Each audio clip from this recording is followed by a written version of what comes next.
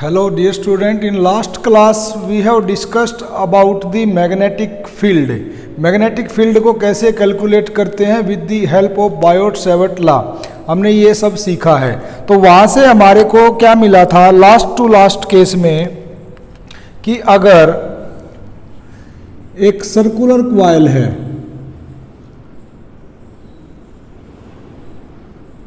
ये करंट ऐसे गया, इस करंट कैरिंग सर्कुलर कॉइल पे सेंटर पे जो मैग्नेटिक फील्ड की वैल्यू आई थी वो आई थी हमारी mu naught upon 4 pi into में I/R, और यहाँ पे लिखा था कि इस कॉइल ने जितना भी एंगल बनाया है, एंगल सबटेंडेड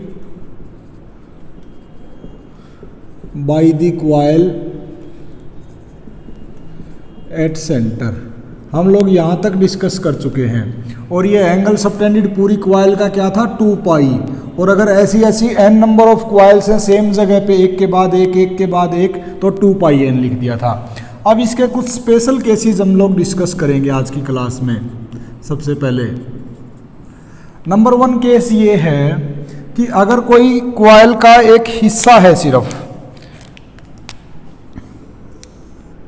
कॉइल का ये PQ हिस्सा है जो कि सेंटर पे थीटा एंगल बनाता है, रेडियस अब भी R है, सिर्फ इस PQ हिस्से की वजह से सेंटर पे मैग्नेटिक फील्ड कितना होगा और इसके अंदर करंट है, तो इसके द्वारा बनाया गया एंगल उसकी वैल्यू को यहाँ पे रख देंगे थीटा, बाकी everything is as it is.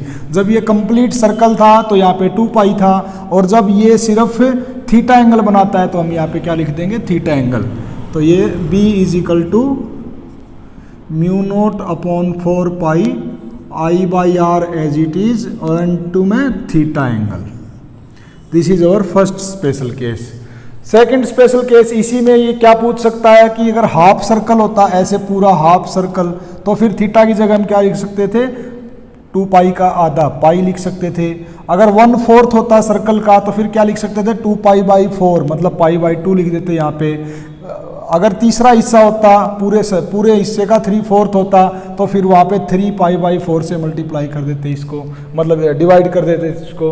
तो जो भी वैल्यू आती इस तरीके से हम थीटा की वैल्यू को लगातार चेंज करके जितना भी एंगल बनाया उसने, हम इस तरीके से मैग्नेटिक फील्ड को कैलकुलेट कर सकते हैं।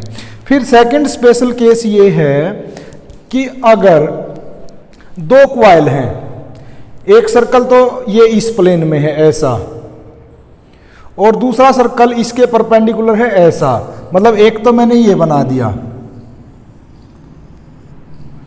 इसका जो मैग्नेटिक फील्ड होगा वो कैलकुलेट करना हम लोग सीख चुके हैं। एक है इसके परपेंडिकुलर, बोर्ड के परपेंडिकुलर ऐसे, अगर मैं उसको बनाने की कोशिश करूं तो वो कुछ ऐसा बनेगा। वो कॉइल पीछे वाली कॉइल जो है इसके अंदर से जाएगी और आगे वाली ऐसे आएगी, बिल्कुल दोनों एक दूसरे के परपेंडिकुलर हैं। तो इसकी वजह से मैग्नेटिक फील्ड जो ये बना था इनवर्ड बना था, इसकी वजह से रेड वाले की वजह से मैग्नेटिक फील्ड बनेगा इस डायरेक्शन में। तो दोनों की वजह से जो मैग्नेटिक फील्ड का रिजल्टेंट होगा तो ये रेड वाले का तो ऐसे जाएगा, ब्लैक वाले का मैग्नेटिक फील्ड इनवर्ड जाएगा। तो इन दोनों के रिजल्टेंट इनवर्ड को मैं थोड़ा सा ऐसे बनाने की कोशिश करता हूं, तो दोनों का जो रिजल्टेंट होगा वो तो यहां पे होगा कहीं पे रिजल्टेंट। तो सेकंड स्पेशल केस ये है, if there are 2 circular coil, 2 circular coil, और दोनों ही क्या है at perpendicular to each other,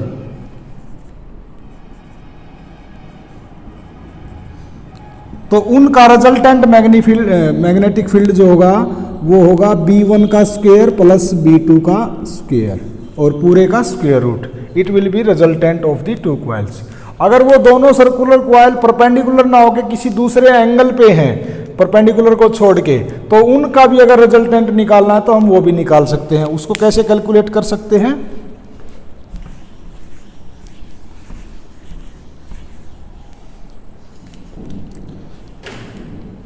third special case,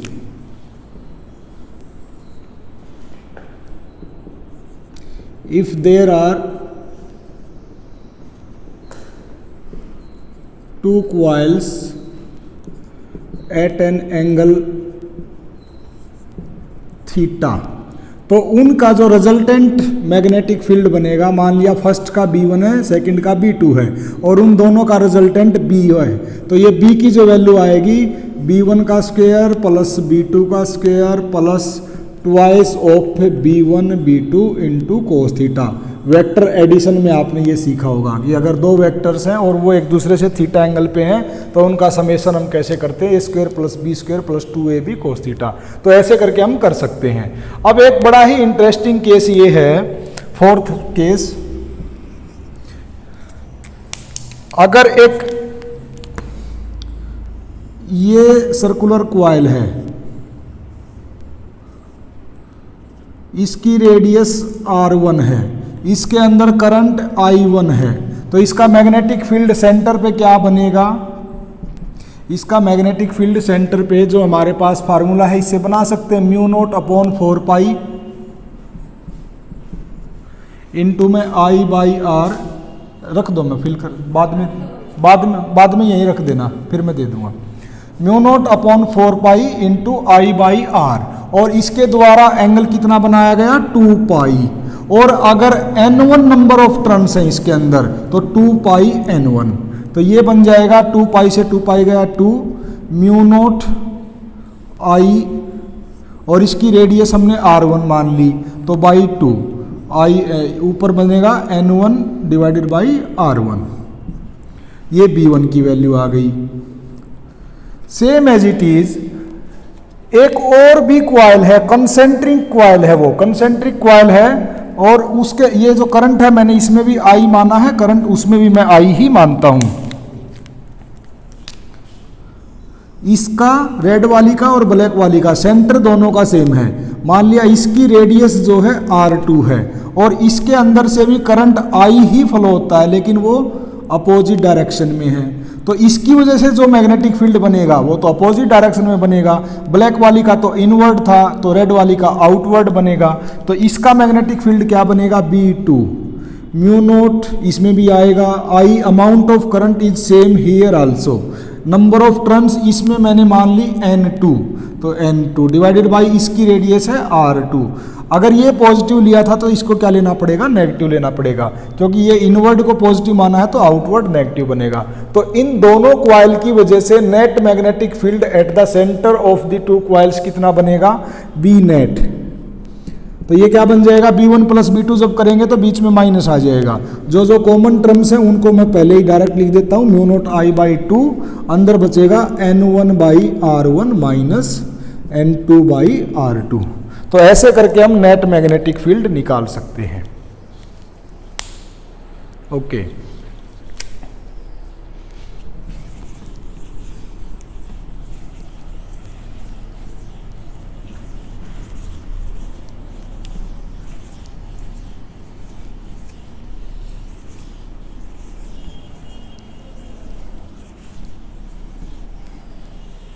next हम लोग निकालने वाले हैं मैग्नेटिक फील्ड किसी एक्सियल लाइन पे। अगर कोई एक्सियल लाइन है और कोई रिंग है, तो सर्कुलर रिंग ऐसे है, उस सर्कुलर रिंग को मैं ऐसे इंक्लाइंड दिखाता हूं जो कि एक्चुअल में ऐसे है, परपेंडिकुलर टू दिस बोर्ड, और उसके किसी एक्सियल पॉइंट पे, किसी भी पॉइंट पे मैग्नेटिक फील्ड निकालना है। तो our next topic is magnetic field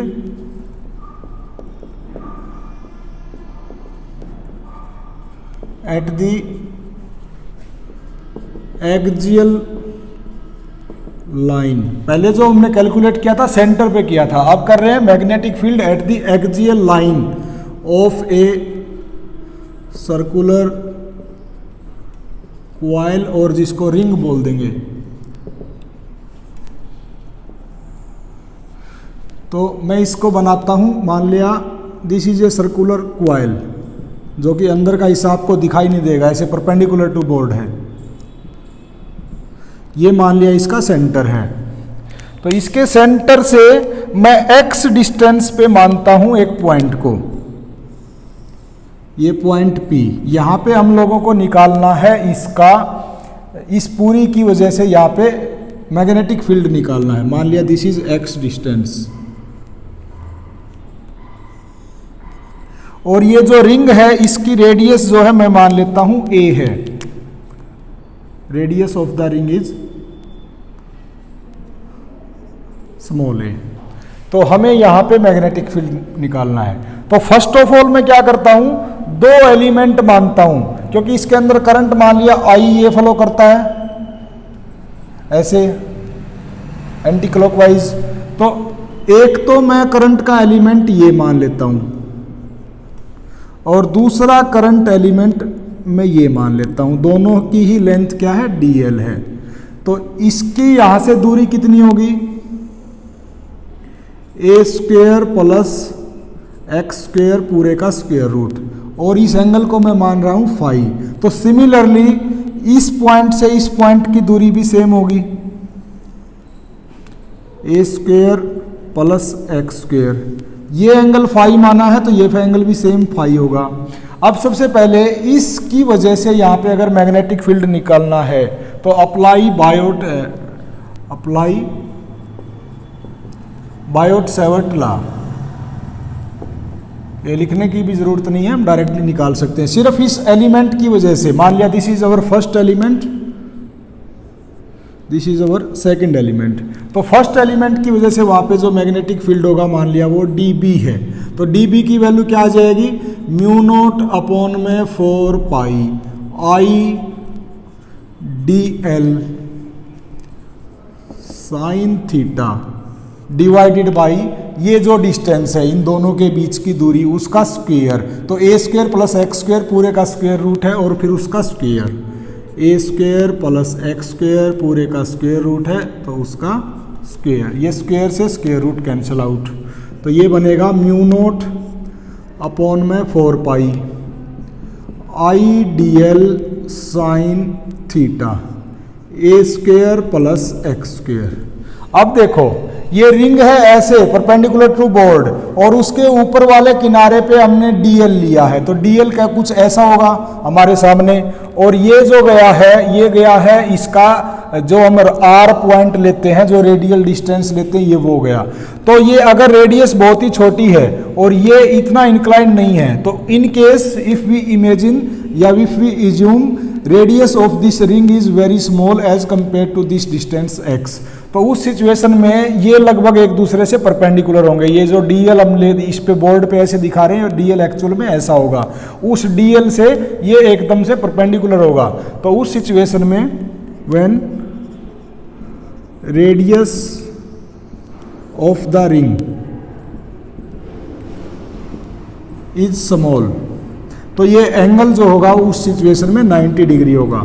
तो फिर ये dB की वैल्यू क्या बन जाएगी, mu naught upon 4 pi I dl divided by a square x square, और ये साइन बन जाएगा साइन 90, उसकी वैल्यू होती है 1, तो साइन 90 को 1 रख दिया मैंने डायरेक्टली यहाँ पे, तो ये बन गया dB। अब इस dB की क्या है, मैग्नीट्यूड हमें पता चल गया। अब इसकी मुझे बतानी है कि इसकी डायरेक्शन क्या होगी। अगर इसकी डायरेक्शन मुझे बतानी है तो फिर हम क्या करेंगे, इस dl के भी और इसके भी दोनों के परपेंडिकुलर होगा, क्योंकि dl क्रॉस r करते हैं, तो वो जो क्रॉस प्रोडक्ट करके उनका जो रिजल्टेंट आएगा वो इनके परपेंडिकुलर होना चाहिए। तो उसकी कोई ऐसी डायरेक्शन जाएगी, दिस विल बी, इसकी वजह से जो मैग्नेटिक फील्ड बनेगा dB, जो मैग्नीट्यूड ये आया है वो ऐसा होगा। तो अगर मैं एक ये ऐसे वर्टिकल लाइन ड्रा करूं, अब इसमें इस रेड के ये ब्लू जो है 90 डिग्री है, परपेंडिकुलर है, क्योंकि मैग्नेटिक फील्ड इस पोजीशन वेक्टर के परपेंडिकुलर बनेगा, और ये वर्टिकल लाइन ये हॉरिजॉन्टल लाइन के परपेंडिकुलर है, तो ये एंगल भी पूरा 90 डिग्री है। तो इसमें से ये एंगल कितना बचेगा, 90 माइनस 5, और ये पूरा परपेंडिकुलर है रेड और ब्लू, तो ये एंगल कितना बचेगा, ये एंगल भी 5 बचेगा। तो इसकी वजह से यहाँ पे जो मैग्नेटिक फील्ड आया उसका मैग्नीट्यूड तो इतना आया और इसकी डायरेक्शन ये आई। अब सेम एज इट इज अगर हम इस एलिमेंट की वजह से यहाँ पे मैग्नेटिक फील्ड निकालेंगे तो उसका भी मैग्नीट्यूड क्या आएगा, जितना इसका आया है, लेकिन उसकी डायरेक्शन क्या आएगी, उसकी डायरेक्शन इसके परपेंडिकुलर आएगी, तो उसकी डायरेक्शन तो कहीं ऐसे जाएगी। तो उसकी डायरेक्शन को भी अगर हमने शो करना है तो वो कुछ ऐसी होगी, d B. Let me check it is visible in that corner. Okay fine. तो ये होगा dB, और इसकी वजह से जो dB होगा मैंने इसका नाम दे दिया dB डैश, और ये बना दिया dB। तो ये dB और dB डैश जो इसके फर्स्ट वाले और सेकंड वाले एलिमेंट की वजह से है, मैग्नीट्यूड वाइज दोनों सेम होंगे, सिर्फ और सिर्फ इन दोनों की डायरेक्शन अपोजिट होगी। ये dB डैश भी एंगल फाई बनाएगा। तो अब हम इनको रिजोल्व करते हैं। अगर ये मैग्नीट्यूड वाइज सेम है तो इसका एक कंपोनेंट इस डायरेक्शन में होगा, वो जो कंपोनेंट होगा इसकी इस डायरेक्शन में वैल्यू होगी dB कोस फाई। इसी तरीके से इसका भी एक कंपोनेंट होगा, इसका जो इस डायरेक्शन में कंपोनेंट होगा वो होगा dB डैश कोस फाई। अब dB cos phi and dB dash cos phi, dB और dB डैश का मैग्नीट्यूड सेम होने की वजह से dB cos phi and dB dash cos phi will be equal but opposite. तो वो तो एक दूसरे को कैंसिल कर देंगे। dB cos phi is equal to dB dash cos phi. ये मैग्नीट्यूड वाइज सेम है बट अपोजिट इन डायरेक्शन। तो ये तो एक दूसरे को कैंसिल कर देंगे। अब आगे की बात देखते हैं। नेक्स्ट ये है, इसका एक कंपोनेंट होगा इस डायरेक्शन में, इसको क्या लिखेंगे dB साइन फाई, और इसी तरीके से इसका भी एक कंपोनेंट होगा इस डायरेक्शन में, उसको क्या लिखेंगे dB dash sine phi, dB dash sine phi. तो इसका मतलब जो नेट मैग्नेटिक फील्ड है वो क्या होगा, सिर्फ उसी डायरेक्शन में होगा।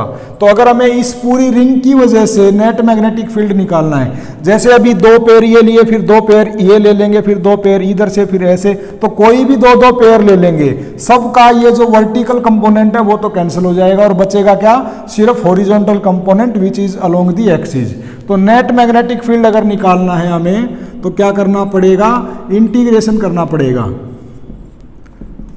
dB का, ये जो वैल्यू आई है, और किस डायरेक्शन में, अलोंग दी एक्सिस। तो मतलब ये dB साइन फाई का इंटीग्रेशन करना पड़ेगा, क्योंकि सिर्फ साइन फाई कंपोनेंट बचा है। तो इसके साथ साइन फाई लगाएंगे, फिर उसको इंटीग्रेट करेंगे। तो mu naught upon 4 pi IDL divided by a square plus x square into sine phi, और पूरे का integration.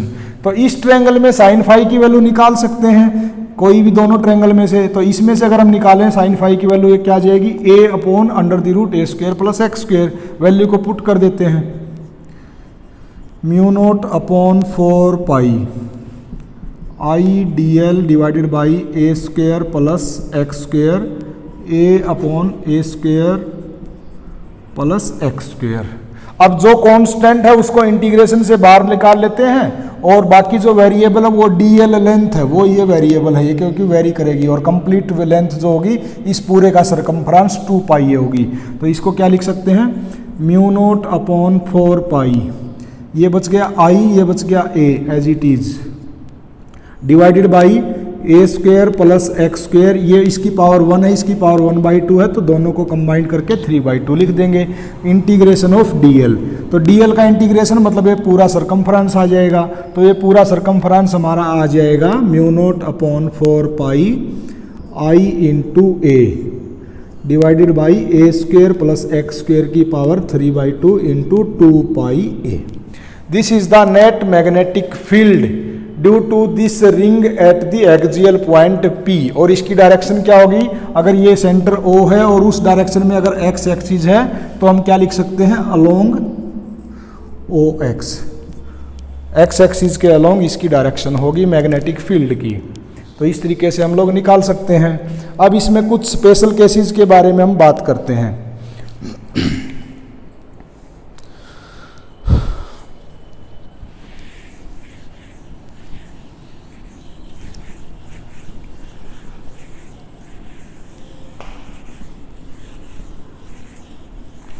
Magnetic field at the centre हमारा आ गया mu naught upon 4 pi I into A divided by a square plus x square की power 3/2 into 2 पाई ए। तो इसको मैं क्या लिख सकता हूँ, म्यू नॉट अपॉन 4 पाई, ये 2 pi as it is, i as it is a square divided by a square plus x square की पावर 3/2। और अगर ये जो रिंग है, अगर एक वायर की जगह n नंबर ऑफ वायर होते तो फिर हम क्या लिख देते, यहाँ पे n भी लिख देते, तो उसकी वजह से फिर ये टोटल मैग्नेटिक फील्ड आ जाएगा n नंबर ऑफ क्वाइल्स की वजह से। अब अगर इसके स्पेशल केस की हम बात करें, जैसे फर्स्ट स्पेशल केस, अगर सेंटर पे इसका मैग्नेटिक फील्ड निकालना है तो सेंटर पे तो x की वैल्यू 0 होगी, at centre B is equal to mu naught, x की वैल्यू 0 रख देते हैं, 4 पाई 2 पाई आई ए स्क्वेयर, ए क्या है radius, n divided by a square plus x, उस x की वैल्यू को 0 रखने का मतलब है ये 0 पूरे की पावर 3/2, तो नीचे बचेगा a क्यूब, और ये a स्क्वेयर से a क्यूब गया तो ये बचेगा म्यू नोट अपॉन 4 पाई और ये 2 पाई n डिवाइडेड बाई रेडियस। तो यही हमने लास्ट केस में भी स्टडी किया था कि mu naught upon 4 pi into r लिखा था मैंने, और अंदर में लिखा था कि angle subtended by the coil, एक क्वाइल के द्वारा 2 पाई एंगल बनाया जाता है, अगर n नंबर ऑफ क्वाइल्स हैं तो 2 पाई n एंगल बनाया जाता है। तो वही केस हम यहाँ से भी निकाल सकते हैं। तो सेकंड केस हमारा स्पेशल केस इसमें डिस्कस करते हैं। अब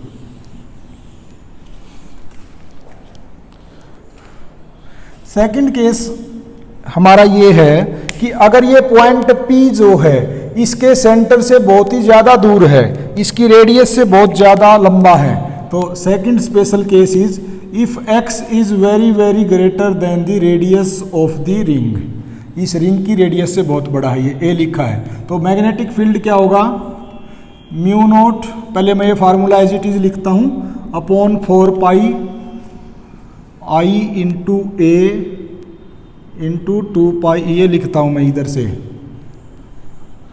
2 पाई ये n I A square divided by a square plus x square की पावर 3/2। ये जो पाई ए स्क्वेयर है, ए क्या है रेडियस ऑफ द रिंग, तो पाई आर स्क्वेयर को हम क्या बोलते हैं एरिया, तो ये आर की जगह ए लिखा है तो पाई ए स्क्वेयर को भी क्या बोलेंगे हम एरिया, तो मैं इसको एरिया लिख देता हूँ, म्यू नोट अपॉन में 4 पाई 2 एज इट इज, पाई ए की जगह मैं लिखने वाला हूँ area divided by a square plus x square की पावर 3/2। अब मैं क्या करने वाला हूं, ये जो रेडियस है उसकी जगह मैं 0 रखने वाला हूं, उसको मैं नेग्लेक्ट करने वाला हूं। तो अगर मैं इसको नेग्लेक्ट करूंगा तो ये क्या बचेगा, mu naught upon 4 pi 2NIA as it is, और ये नीचे क्या बचेगा a, इसको तो नेग्लेक्ट कर देंगे तो ये एक्स स्क्वेयर बचेगा और वो स्क्वेयर स्क्वेयर रूट से कट जाएगा, मतलब 1/2 से तो एक्स क्यूब। अब यहाँ पे ये बनेगा magnetic field,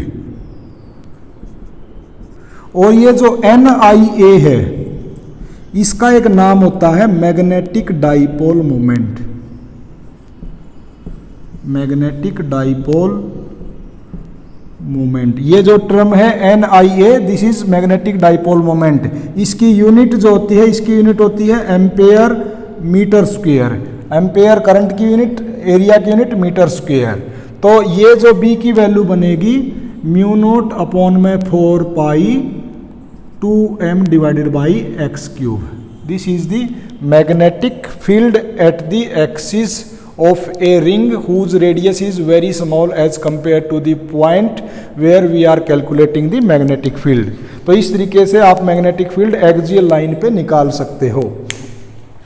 this is all about the magnetic field of a ring. तो कल से हम कोई और दूसरा टॉपिक करेंगे, आज के लिए यहीं पे स्टॉप करते हैं। Thank you.